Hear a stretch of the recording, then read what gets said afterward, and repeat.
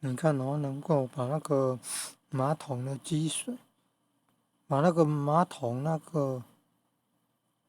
你看马桶那个堵塞的问题解决，用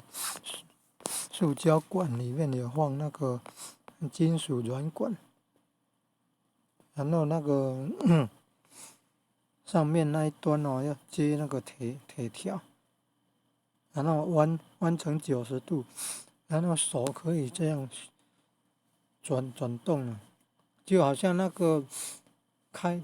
那个螺丝的六角手，开启螺丝的那个六角螺丝起子，方形螺丝起子，弯成90度的，手可以抓着，然后转。这上端是这样的，还有那个空心管也可能是软的，弯曲了为什么还能够动啊？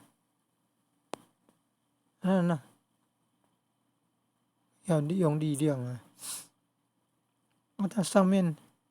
用力量是旋转的呢，绕圆圈这样转的呢。铁条加上那个金属软管结合，要用钳子把它夹紧结合，然后铁条上端呢要折成90度，然后手就可以抓着那个弯出来那个部分，然后来做那个旋转，就有一个把手可以这样转啊转，绕圆圈这样转，这样转呢，用力向下挤压，把那个空心软管挤压延长，哦，挤压延长以后就可以把那个堵塞物啊，把那个堵塞物给清理掉，就是把它拨开了，把堵塞的东西把它移动了，都拨开，然后水冲下去，